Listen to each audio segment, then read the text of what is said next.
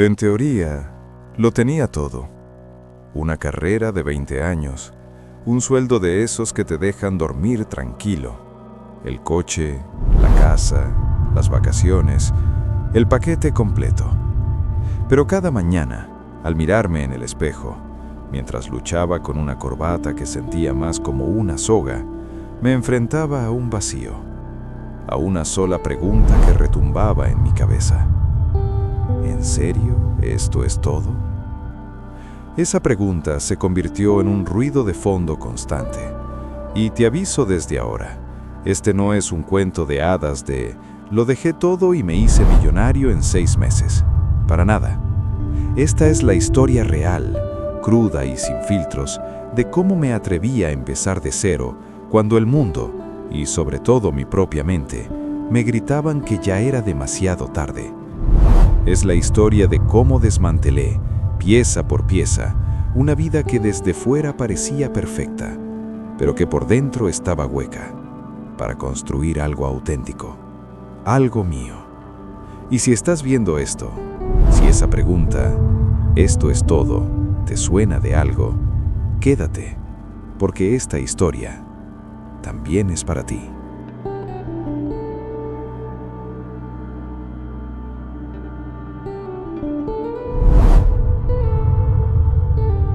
Imagina una vida construida sobre pilares de pura seguridad. 22 años en la misma industria, subiendo la escalera corporativa escalón por escalón. Empecé como un analista junior, lleno de ambición, convencido de que el éxito se medía en metros cuadrados de oficina y en el número de personas a tu cargo. Y oye, lo conseguí. A los 48 era director de operaciones. Mi agenda era un Tetris de vuelos internacionales, conferencias y reuniones estratégicas. Mi sueldo era más que generoso. Era una armadura dorada que me protegía de las incertidumbres.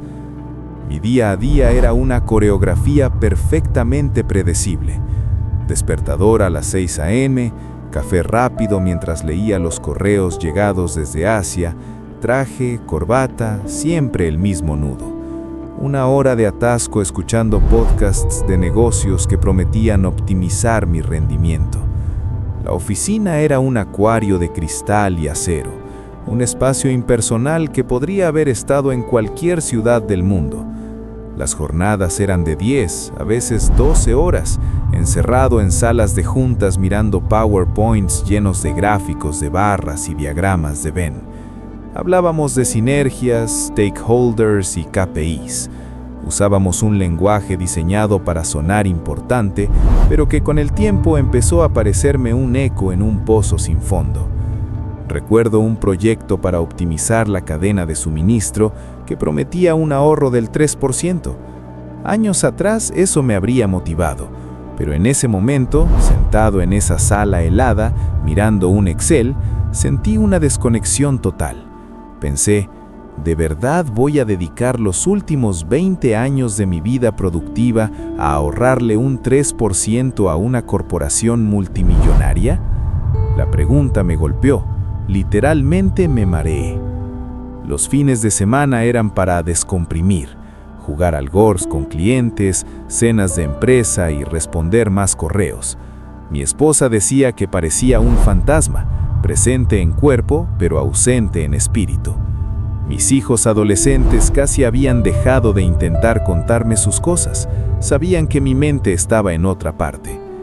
La insatisfacción se fue manifestando físicamente, un nudo constante en el estómago, despertarme a las 3 de la mañana con el corazón a 1000, repasando la lista de tareas del día siguiente, dolores de cabeza que no se iban con nada. La seguridad financiera, que fue mi gran motor, ahora se sentía como los barrotes de una jaula. Una jaula de oro, sí, pero una jaula al fin y al cabo. Estaba atrapado por mi propia hipoteca, por los colegios, por el estilo de vida que tanto me había costado. El punto de quiebre no fue un gran drama, fue algo pequeño, casi ridículo. Estaba en una conferencia en Frankfurt. Era mi cumpleaños. Después de un día de reuniones, la empresa organizó una cena formal. Mientras el CEO daba un discurso, yo miraba por la ventana a la gente en la calle. Reían, hablaban, vivían, y yo estaba allí, con un trozo de salmón seco, aplaudiendo cuando tocaba, sintiéndome completamente invisible. Nadie allí sabía que era mi cumpleaños, salvo mi asistente que lo tendría apuntado. De repente me llegó un mensaje de mi hijo. «Felicidades, papá, te hemos guardado tarta». Y en ese momento me rompí. Por dentro, claro, mantuve la compostura, pero algo se fracturó para siempre. Me di cuenta de que estaba cambiando mi vida, mis cumpleaños, los momentos con mi familia, por un sueldo y un título. Y por primera vez me pareció un negocio pésimo. Esa noche, en mi habitación de hotel, tomé la decisión. No sabía cómo, ni cuándo, ni hacia dónde, pero sabía que no podía seguir así. La jaula de oro había perdido todo su brillo. Era hora de encontrar la llave. Tomar la decisión en la soledad de un hotel de Frankfurt fue la parte fácil, un momento de claridad casi eufórica. Volver a casa, a la realidad, fue como chocar contra un muro. La euforia se esfumó y apareció su colega más paralizante, el miedo. Un miedo visceral que se apoderó de mí. El primer monstruo, y el más grande, era el pánico a la inestabilidad económica. Llevaba más de 20 años recibiendo un sueldo fijo el mismo día de cada mes. Esa regularidad era el cimiento de mi vida. La hipoteca, los seguros, la educación de mis hijos, todo dependía de ese grifo. La idea de cerrarlo no era una preocupación, era una catástrofe en mi mente. ¿Y si fracasaba? ¿Y si me quedaba sin ahorros? Las preguntas se convertían en imágenes. Mi casa embargada, sacar a mis hijos de su colegio. El miedo me susurraba que estaba siendo un irresponsable, un egoísta que ponía en riesgo a su familia por un capricho. Luego estaba el miedo al ¿qué dirán? Este es más sutil, pero igual de potente. ¿Qué pensarían mis colegas, mi jefe, mis amigos? Mi identidad era el director. Dejar mi carrera era como desnudarme en público. Imaginaba las conversaciones. Está loco. La crisis de la mediana edad. ¿Cómo va a tirar por la borda una carrera así? Me aterraba pasar de ser alguien admirado a ser alguien digno de lástima. El tercer monstruo era el miedo a fracasar. No solo en mi nuevo proyecto, sino el miedo a admitir que la vida que había construido era, en cierto modo, un error. Había seguido todas las reglas y había ganado. ¿Y si descubría que estaba jugando en el tablero equivocado? Fracasar a los 25 es una experiencia. Fracasar a los 48, después de renunciar a todo, se sentía como un veredicto final. Y por último, estaba el miedo a ser demasiado viejo. El edadismo es real. El mundo del emprendimiento parece dominado por veinteañeros que son nativos digitales. Yo me sentía un dinosaurio. ¿Podría aprender nuevas tecnologías? ¿Tendría la energía para ser un novato otra vez? Una vocecita en mi cabeza me decía, tu momento ya pasó. Deberías estar pensando en tu plan de pensiones, no en empezar una aventura. Estos miedos me tuvieron paralizados durante meses. Seguí con mi rutina, pero sintiéndome un actor en una obra que ya no entendía. El momento que lo cambió todo, de nuevo, fue de lo más normal. Un sábado por la tarde estaba en el jardín, con la cabeza hecha un lío. Mi hijo, que entonces tenía 16 años, se acercó y me preguntó en qué pensaba. Por una vez, fui honesto. Le conté mi frustración, mi sensación de estar atrapado. Me escuchó y cuando terminó, me dijo algo que jamás olvidaré. Papá, yo no quiero ser como tú. No lo dijo con maldad, sino con una honestidad brutal. Te veo siempre cansado, siempre preocupado. Tienes un buen trabajo, pero nunca pareces feliz. Yo no quiero pasarme la vida haciendo algo que no me hace feliz solo por el dinero. Sus palabras fueron un puñal y una revelación. Me di cuenta del ejemplo que le estaba dando, que la vida adulta era una resignación silenciosa. Y en ese instante, el miedo a seguir como estaba, a llegar a los 65 lleno de arrepentimiento, se volvió infinitamente más grande que todos los demás. ¿Qué es lo peor que puede pasar si lo intento, comparado con lo peor que puede pasar si no hago nada? La respuesta fue clarísima. Esa noche hablé con mi esposa, le abrí mi corazón. Hubo preocupación, por supuesto, pero también hubo comprensión. Su apoyo fue si esto es lo que necesitas para ser feliz, encontraremos la manera de que funcione, juntos. El miedo no desapareció, pero ya no estaba al volante. La decisión estaba tomada. Ya no se trataba de huir de algo, sino de caminar hacia algo. Y esa diferencia lo cambió todo. Con la decisión tomada, el miedo se transformó en una energía nerviosa que necesitaba canalizar. Sabía que no podía simplemente renunciar al día siguiente. Necesitaba un plan de transición. Mi viaje fue una maratón dividida en 3 etapas: exploración, planificación y acción. Paso 1. Exploración y autoconocimiento. ¿El qué? Antes de construir algo nuevo, necesitaba saber con qué ladrillos contaba. Comencé con un cuaderno, respondiendo preguntas que no me hacía en décadas. ¿Qué me apasionaba de niño? Recordé mi fascinación por construir cosas, por desarmar aparatos. ¿Qué actividades me hacían perder la noción del tiempo ahora? Me di cuenta de que disfrutaba ayudando a amigos con sus pequeños negocios, no con las finanzas, sino con la estrategia. Luego hice un inventario honesto de mis habilidades. En una columna, las corporativas, gestión de proyectos, análisis financiero, liderazgo. En otra, las que usaba fuera del trabajo y me daban energía, escuchar, simplificar problemas complejos, enseñar. Me di cuenta de que mi verdadera fortaleza no estaba en los Excels, sino en traducir el caos en un plan claro. Mi experiencia no era un lastre, era mi mayor activo. Hablé con gente, leí blogs, hice un curso de carpintería de fin de semana. Me encantó, pero fui honesto. Como hobby era genial, pero como medio de vida me estresaba. Fue entonces cuando conecté los puntos.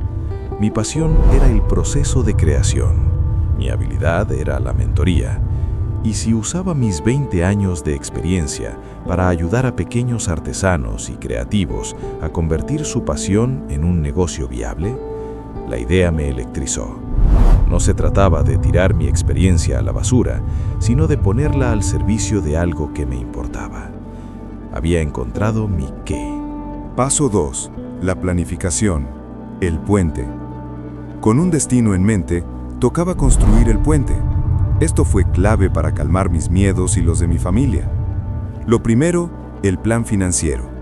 Nos sentamos con un asesor y analizamos nuestros gastos al detalle. Redujimos todo lo no esencial. El objetivo era crear un fondo de libertad, ahorros para cubrir nuestros gastos básicos durante 18 a 24 meses. Ese fondo no era solo dinero, era oxígeno mental. En paralelo, empecé a construir mi nuevo camino mientras aún tenía mi trabajo. Es la famosa técnica de la liana. No sueltas una hasta que tienes la siguiente bien agarrada. Las noches y fines de semana se transformaron. Dejé el golf y me puse a estudiar. Marketing digital, marca personal, coaching. Empecé a ofrecer mi ayuda gratis. Contacté con una ceramista y un fabricante de muebles y les ofrecí mi tiempo para analizar sus números, precios y ventas. Fueron mis conejillos de indias y me permitieron probar mi idea, entender sus problemas reales y ganar confianza. Sus testimonios positivos fueron mi primera prueba de que esto podía funcionar. Paso 3. La acción. El salto. Después de casi un año de preparación, el puente estaba listo. Tenía mi fondo de libertad, 2 casos de éxito y un plan de negocio. Era el momento de saltar. Registré mi negocio. Fue un acto simbólico, pero increíblemente poderoso. Le di un nombre y lancé una web básica que hice yo mismo. Y entonces presenté mi renuncia. Fue uno de los días más aterradores y liberadores de mi vida. Recuerdo la cara de mi jefe, pero yo estaba tranquilo. Por primera vez en mucho tiempo, sentía que tenía el control. Los primeros meses fueron una montaña rusa. Conseguí mi primer cliente de pago gracias a una recomendación. La sensación de recibir ese primer ingreso, aunque era una fracción de mi antiguo sueldo, fue indescriptible. Era dinero ganado con mis propias ideas, haciendo algo en lo que creía. Pero también hubo pánico. Hubo un mes en el que no entró ni un solo cliente. Las dudas me asaltaron. ¿He cometido el peor error de mi vida? En esos momentos me aferraba a mi plan, a mi por qué. Releía los testimonios, me obligaba a salir y contar mi historia. Y poco a poco las cosas empezaron a moverse. Un cliente trajo a otro. Empecé a dar pequeños talleres. Mi nombre comenzó a sonar. El viaje no ha sido una línea recta. Ha tenido subidas, bajadas y desvíos. Pero cada paso, incluso los malos, fue una lección. Estaba aprendiendo, creciendo, estaba vivo. Y esa sensación valía más que cualquier sueldo. Parte 4. La nueva realidad. La vida ahora. El después. Ha pasado un tiempo desde que salté. ¿Cómo es la vida ahora? Sería un cliché decir que todo es perfecto. La realidad es más compleja, pero infinitamente más satisfactoria. La mejor forma de describirlo es comparar un día de antes con uno de ahora. Un día de antes. Despertador a 6 a.m., sintiéndome ya agotado. Una carrera contra el reloj, consumido por correos urgentes, atasco, reuniones, interrupciones y una presión por cumplir objetivos ajenos. Comida en 15 minutos en mi escritorio. Volver a casa tarde, física y mentalmente KO. Conexión superficial con mi familia. Ansiedad en la cama. Una vida de supervivencia de alta gama. Un día de ahora, me despierto sin despertador sobre las 7 a.m. La primera hora es mía. Medito, leo y desayuno con mi esposa, con calma. Mi oficina es un despacho en casa con vistas al jardín. Mi jornada la marco yo. Por la mañana, sesiones de mentoría que me llenan de energía, ayudando a gente real con proyectos apasionantes. Siento que mi trabajo tiene un impacto directo. Al mediodía, hago una pausa larga. Camino, almuerzo tranquilo o voy al gimnasio. Por la tarde, trabajo en mi propio negocio. Creo contenido, preparo un taller. Cada tarea tiene un propósito. Termino sobre las 5 o 6 y cuando cierro el ordenador, desconecto de verdad. Estoy presente para mi familia. Tengo energía para escucharles, para ayudarles, para vivir. Claro que hay nuevos desafíos. La incertidumbre económica es real. Hay meses buenos y malos. Ahora soy el director, el de marketing y el que limpia la oficina. A veces es abrumador. A veces echo de menos la camaradería. Pero la diferencia es la calidad de esos desafíos. Antes, mi estrés venía de la falta de control y de sentir que desperdiciaba mi vida. Ahora mi estrés viene de construir algo propio. Es un estrés bueno, de crecimiento. He cambiado la seguridad insatisfactoria por una incertidumbre con propósito. He recuperado el control sobre mi activo más valioso, mi tiempo. El vacío ha sido reemplazado por la certeza de que estoy donde tengo que estar. Ya no me pregunto, ¿esto es todo? Ahora me despierto pensando, ¿qué voy a crear hoy? Y esa es una forma mucho más emocionante de vivir. Si has llegado hasta aquí, es probable que algo de mi historia te resuene. Quizás tú también estás en esa jaula de oro, escuchando un susurro que te dice que hay algo más. Si te quedas con una sola cosa, que sea esta. Nunca es tarde para reinventarte. La sociedad nos vende una vida lineal. Estudia, trabaja, asciende, jubílate. Cualquier desvío se ve como un fracaso. Pero eso es mentira.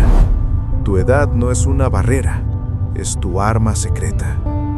Todos esos años de experiencia, los éxitos, los fracasos, es una caja de herramientas que nadie más tiene.